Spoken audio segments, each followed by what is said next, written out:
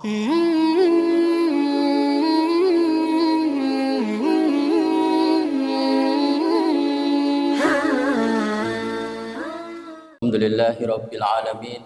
Wassalatu wassalamu ala asrafil anbiya'i wal mursalin Sayyidina wa maulana Muhammadin wa ala alihi wa sahbihi ajma'in.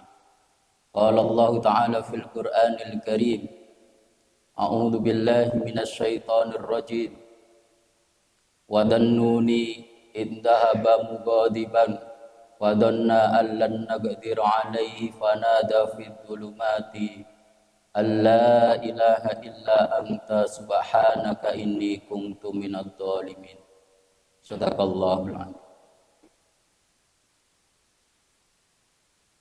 Yang sama-sama kita muliakan imam kita Al-Ustadz Muhammad Rais Chandra Al-Hafiz, Al-Ustadz Tirta Wahyu Ramadan.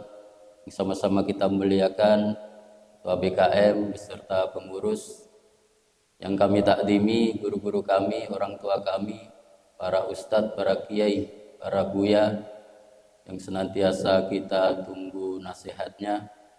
Bapak Ibu jamaah sholat subuh, yang semoga senantiasa dirahmati Allah Subhanahu wa Ta'ala. Kita bersyukur kepada Allah Subhanahu wa Ta'ala. Allah masih panjangkan umur kita, Allah sehatkan badan kita, Allah tenteramkan hati kita, Allah bahagiakan keluarga kita, dan Allah jamin rizki kita. Maka alhamdulillahi rabbil alamin. Segala puji hanya milik Allah, Rabb semesta alam. Kita bersolawat, Allahumma salli ala Sayyidina Muhammad wa ala ali Sayyidina Muhammad. Assalamu alayka ya Rasulullah. Kita aturkan kepada junjungan kita Rasulullah Muhammad sallallahu alaihi wasallam. Semoga kita dapat mencintai beliau, dapat memperbanyak bersolawat kepada beliau, dapat meneladani beliau, dapat berjumpa dengan beliau dan mendapatkan syafaat beliau. Masyarul muslimin, Bapak Ibu yang dirahmati Allah Subhanahu wa Ta'ala. Sekitar sebulan yang lalu kita kehilangan sahabat kita, kawan kita, Bapak Kamal. Sekitar 3 bulan yang lalu atau 4 bulan yang lalu saya sholat subuh di sebelah situ. Beliau ada di samping kiri saya. Kita doakan mudah-mudahan Allah ampunkan dosa beliau, Allah maafkan kesalahan beliau, Allah jadikan kubur beliau menjadi taman-taman surga, dan Allah masukkan beliau ke surga Allah Subhanahu wa Ta'ala. Saya bersaksi beliau orang baik, ramah, dan kami semua bersaksi ya Allah beliau orang baik. Kasihi beliau ya Allah, tempatkan di tempat yang mulia di sisimu. Bapak Ibu yang dirahmati Allah Subhanahu wa Ta'ala, kita masih membahas kitab Qasasul Anbiya karya Al-Imam Ibnu Katsir rahimahullah. Pada subuh hari ini kita coba bahas kisah Nabi Yunus alaihi salam. Kisah Nabi Yunus ini masyhur, terkenal. Mungkin kita juga semua sudah tahu kisahnya. Bahkan ketika kita dulu sekolah, masih di SD, SMP, kisah ini sering diceritakan oleh guru-guru kita. Maka kalau disebut Nabi Yunus alaihissalam, yang ada dalam benak kita dimakan ikan paus. Bapak Ibu yang dirahmati Allah Subhanahu wa Ta'ala, kisah Nabi Yunus alaihissalam terdapat di 4 surah dalam Al-Quran. Yang pertama surah Yunus ayat 98. Yang kedua surah Al-Anbiya ayat 87 dan 88. Yang ketiga surah As-Saffat ayat 139 sampai 148. Yang keempat surah Al-Qalam ayat 48, 49 dan 50. Bapak Ibu yang dirahmati Allah Subhanahu wa Ta'ala, Nabi Yunus alaihissalam, nama ayah beliau adalah Matta, Yunus bin Matta. Yunus bin Matta ini masih keturunan dari Nabi Yakub alaihissalam. Jadi Nabi Yunus alaihissalam termasuk nabi dari Bani Israel. Nabi Yunus alaihissalam Allah utus di Nainawi atau Nainawa, sebuah daerah di Mosul di Irak. Mosul ini sekarang menjadi penghasil minyak yang besar. Kaum Nabi Yunus alaihissalam Allah sebutkan 100.000 orang lebih. Lebihnya berapa? Mufasir berbeda pendapat. Ada yang berpendapat 100.000 lebih 10.000. Jadi 110.000. Ada yang berpendapat 100.000 lebih 20.000. Ada yang berpendapat, Ibnu Abbas berpendapat mereka berjumlah 130.000 orang. Sa'id bin Jubair berpendapat mereka berjumlah 170.000 orang. Nabi Yunus alaihissalam berdakwah mengajak kepada Allah Subhanahu wa taala di kaumnya Nainawa sangat lama, tetapi Allah tidak sebutkan berapa lamanya, dan ahli tafsir juga tidak sebutkan berapa lamanya. Apakah 10 tahun, apakah 20 tahun, apakah 30 tahun, wallahu alam, tidak disebutkan. Tetapi Nabi Yunus alaihissalam berdakwah dengan waktu yang lama, mengajak bertauhid kepada Allah Subhanahu wa taala. Tetapi dari 100.000 orang lebih itu tidak satu pun mau beriman kepada Allah Subhanahu wa taala. Ini kaum yang luar biasa bandel. Kalau Nabi Nuh alaihissalam masih ada walaupun 80 orang. Nabi-nabi yang lain pasti ada pengikutnya, pasti ada juga penentangnya. Tetapi Nabi Yunus alaihissalam ini dari 100.000 orang lebih itu tidak satu pun beriman kepada Allah Subhanahu wa taala. Maka karena sudah diajak untuk menyembah Allah Subhanahu wa taala dalam waktu yang lama, tak satu pun beriman, maka Nabi Yunus alaihissalam sampaikan kepada mereka, nanti 3 hari lagi akan datang azab dari Allah Subhanahu wa taala. Maka Nabi Yunus alaihissalam pergi meninggalkan kaumnya di Nainawa. Jadi perginya Nabi Yunus bukan marah seperti kita. Nabi Yunus alaihissalam, Nabi itu maksum. Allah jaga dari maksiat, Allah jaga dari dosa. Jadi yang Allah sebutkan Nabi Yunus pergi dalam keadaan marah, marahnya itu karena sayang. Kita kadang menasihati anak kecil, anak kita masih kecil, masih SD, naik motor, ugal-ugalan, kita nasihati. Dia tak mau dengar. Akhirnya kita marah, tapi marah kita adalah marah sayang, supaya tidak terjadi hal-hal yang tidak diinginkan kepada anak kita. Kalau anak kita sedang demam, dia masih kecil, masih TK, dia minta es krim, dia menangis-nangis. Kita marah sama dia. Tetapi marah kita marah sayang, supaya demamnya cepat sembuh. Begitu juga Nabi Yunus alaihissalam. Beliau maksum, Allah jaga dari kemarahan yang membabi buta. Allah jaga dari kemaksiatan dan dosa. Allah jaga dari sifat-sifat tercela. Maka ketika Nabi Yunus alaihissalam meninggalkan Nainawa, kesalahannya hanya satu. Allah belum perintahkan untuk meninggalkan Nainawa. Kalau yang lain, Nabi Ibrahim berhijrah, Allah sudah perintahkan. Nabi-nabi yang lain setelah Allah perintahkan baru pergi. Kesalahan Nabi Yunus adalah satu saja. Allah belum perintahkan meninggalkan Nainawa, tetapi Nabi Yunus alaihissalam sudah meninggalkan Nainawa. Maka ketika Nabi Yunus alaihissalam pergi itu, dia berpesan kepada kaumnya, 3 hari setelah hari ini, maka akan datang azab Allah yang akan menimpa kalian semua. Karena memang sudah wajar, sudah didakwahi sekian lama, tidak satu pun beriman. Satu orang pun jadilah, ini tak ada. Maka ketika Nabi Yunus pergi,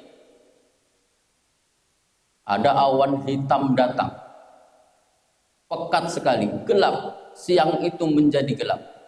Maka penduduk Nainawa yang 100.000 orang lebih itu ketakutan. Maka di saat itulah Allah ilhamkan kepada penduduk Nainawa untuk bertobat kepada Allah Subhanahu wa taala. Maka mereka semua keluar dari rumah ke tanah lapang, laki-laki, perempuan, anak-anak, dewasa, semuanya menangis bertobat kepada Allah Subhanahu wa taala. Karena mereka yakin sebentar lagi akan Allah turunkan azab. Karena nabinya, Nabi Yunus alaihissalam sudah berkata itu. Mereka yakin betul awan hitam yang ada di atas itu, yang ada di langit Nainawa itu akan menghancurkan, memporak-porandakan mereka seperti umat-umat terdahulu. Maka mereka menangis, semuanya bertobat kepada Allah Subhanahu wa taala. Bahkan mereka keluarkan semua binatang ternak. Kambing mereka keluarkan, unta mereka keluarkan, semua binatang ternak mereka keluarkan, dan mereka pisahkan antara induk dan anaknya. Induknya di sana, anaknya di sana, sehingga kambing-kambing pun bersautan menjerit-jerit. Hari itu adalah hari yang sangat besar bagi penduduk Nainawa. Semua bersautan menjerit-jerit bertaubat kepada Allah Subhanahu wa taala. Maka tobatnya Allah terima dan Allah ampunkan seluruh dosa penduduk Nainawa yang berjumlah 100.000 orang lebih itu. Semuanya beriman kepada Allah Subhanahu wa taala, tidak satu pun yang kafir kepada Allah Subhanahu wa taala. Tetapi Nabi Yunus alaihissalam tidak mengetahui kejadian ini. Karena sudah terlanjur pergi. Maka ketika pergi, Nabi Yunus alaihissalam naiklah ke kapal yang muatannya sebetulnya sudah penuh. Tetapi karena Nabi Yunus memaksa untuk naik dan pergi dari Nainawa, naiklah Nabi Yunus. Di tengah perjalanan, ombak besar menghantam kapal itu. Dan kapal itu muatannya melebihi kapasitas. Maka mesti ada yang harus dikurangi. Mesti ada orang yang terjun ke laut. Maka diundilah di saat itu. Undiannya seperti apa? Wallahu a'lam. Tetapi diundi. Ketika diundi yang pertama, keluarlah nama Nabi Yunus alaihissalam. Orang tak rela. Kenapa orang tak rela? Karena Nabi Yunus ini semenjak dia naik kapal, dia sholat di dalam kapal. Dia ramah, dia baik, dia santun, dia lembut, sehingga semua yang ada di kapal meyakini bahwa orang ini, Yunus ini adalah orang baik. Jangan dia yang dilemparkan ke laut. Kita undi saja lagi. Karena kita yakin dia adalah orang yang baik. Maka di undi yang kedua, keluar lagi nama Nabi Yunus alaihissalam. Sudah dising-singkan celana, baju, ingin terjun ke laut, tapi dilarang lagi oleh penumpang kapal itu. Janganlah Yunus, karena Yunus orang baik, orang yang soleh. Diundi lagi, coba undi sekali lagi. Ternyata setelah diundi sekali lagi, keluar lagi nama Nabi Yunus alaihissalam. Setelah 3 kali, maka Nabi Yunus alaihissalam dia terjun ke laut. Wallahu a'lam, apakah dilempar atau terjun dengan sendirinya. Ketika terjun di laut, maka Allah perintahkan kepada ikan besar, mungkin ikan paus yang sangat besar, untuk menelan Nabi Yunus alaihissalam. Allah ingatkan kepada ikan itu, jangan makan dagingnya, jangan patahkan tulangnya, karena dia bukan rizkimu. Jadi tugas ikan itu hanya menelan saja, tak boleh melukainya, mematahkan tulang-tulangnya, dan tak boleh memakan dagingnya. Karena Nabi Yunus ini bukan rizki ikan itu. Allah sudah sampaikan kepada ikan itu. Maka ketika ditelan oleh ikan, dibawa ke dasar lautan, Nabi Yunus alaihissalam berpikir dia sudah wafat. Tetapi ketika dia mendengar bahwa di dasar lautan itu ada pasir-pasir yang bertasbih kepada Allah Subhanahu wa taala. Ada ikan-ikan di dasar laut itu bertasbih kepada Allah Subhanahu wa taala. Bebatuan-bebatuan di dasar lautan itu bertasbih kepada Allah. Semua makhluk yang ada di lautan itu bertasbih kepada Allah Subhanahu wa taala.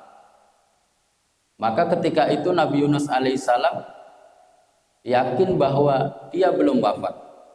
Dia masih hidup.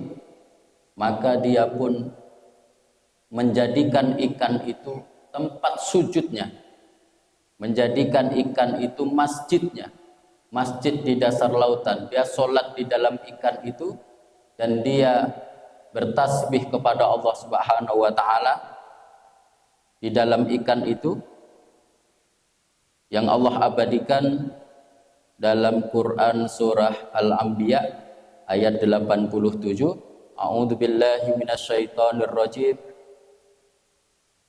Wa dhannuni idzahaba mughadiban wa dhanna allan naqdiru alaihi wa nada fid dhulumati alla ilaha illa anta subhanaka inni kuntu minadh dhalimin.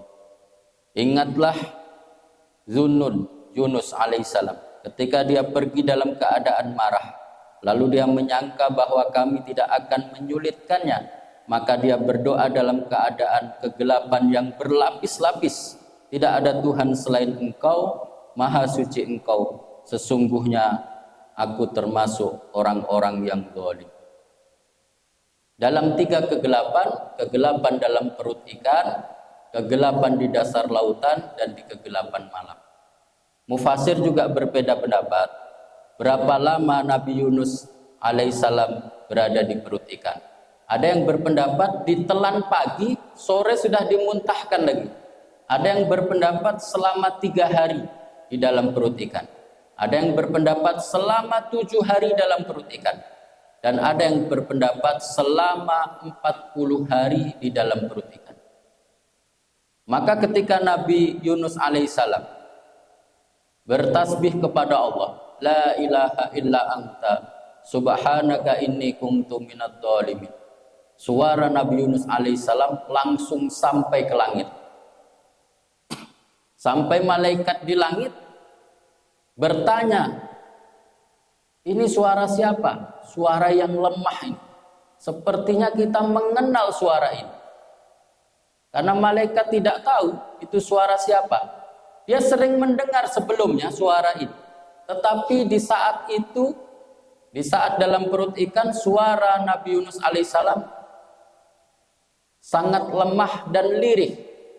Sehingga malaikat bertanya-tanya, kita seperti pernah mendengar suara ini. Suara siapa ini? Akhirnya mereka bertanya kepada Allah, ya Rabb, ini suara siapa? Sepertinya kami pernah mendengar. Dan di mana ia? Apakah kalian tidak tahu? Kata Allah, kami tidak tahu ya Rabb. Itu adalah suara hambaku Yunus. Jadi jamaah yang dimuliakan Allah Subhanahu wa taala, kalau kita sering berzikir di saat kita lapang, saat kita sehat, di saat kita lapang, saat kita jaya, saat kita kaya, maka ketika besok kita sempit, dalam kondisi payah, sulit, terjepit seperti keadaan Nabi Yunus alaihissalam, maka tasbihnya itu, zikirnya itu, doanya itu langsung Allah sampaikan ke langit.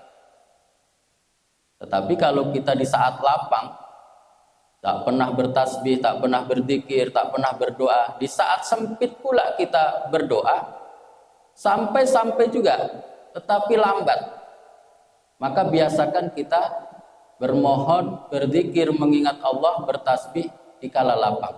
Maka di saat sempit kita tak meminta pun, kita hanya memuji dan mensucikan Allah, Allah akan berikan apa yang kita butuhkan. Maka ketika malaikat itu bertanya, Allah jawab seperti itu.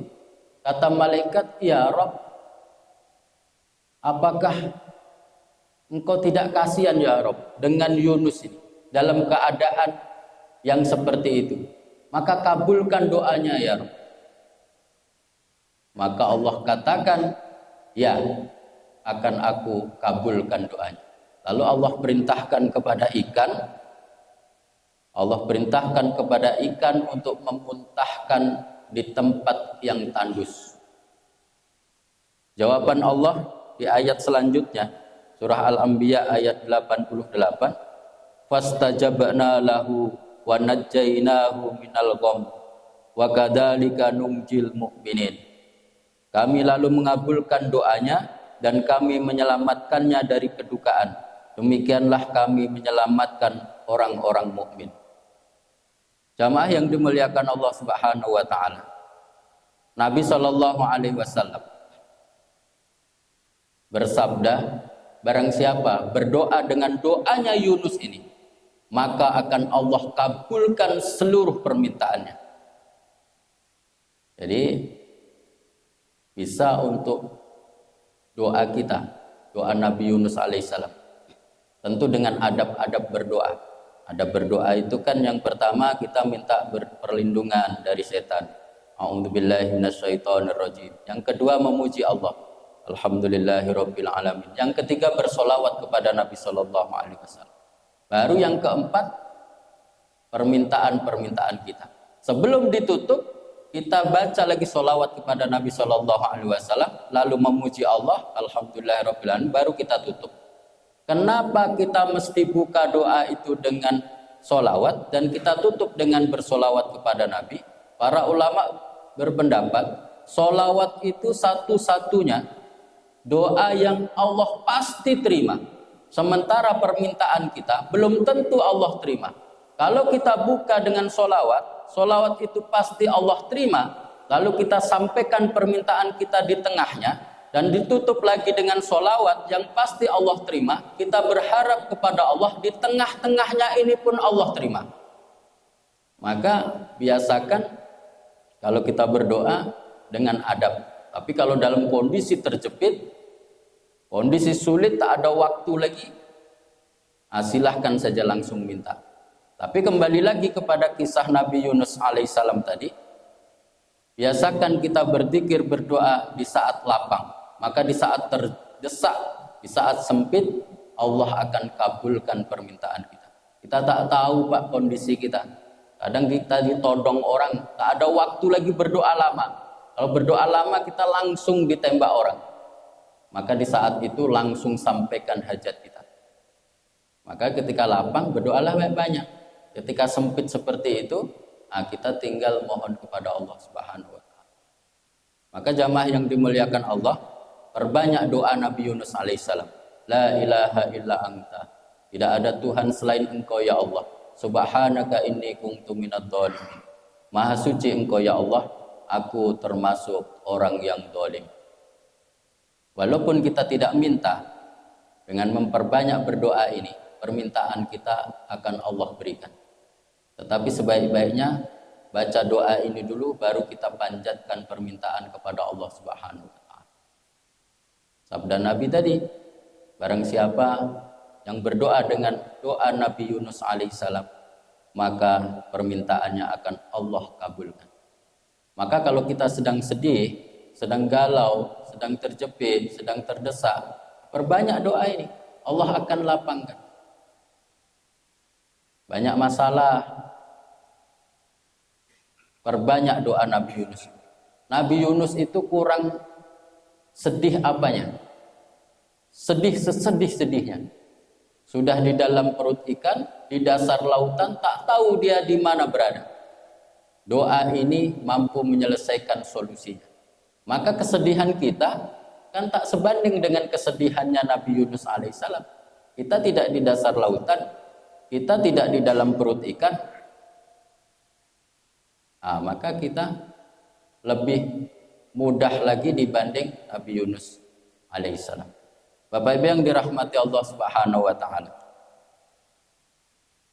Maka ketika Allah perintahkan ikan tadi untuk memuntahkan di tempat yang tandus, maka di saat itu Nabi Yunus alaihissalam dalam kondisi seperti bayi yang baru dilahirkan, lemah sekali. Dalam perut ikan, tidak makan, sesak, tak tahu kondisinya, sulit. Maka ketika dimuntahkan seperti bayi yang baru lahir, kondisinya lemah, tak bisa berbuat apa-apa. Seketika itu Allah tumbuhkan labu. Allah tumbuhkan labu. Di saat itu juga labu itu membesar. Di saat itu juga labu itu berbuah.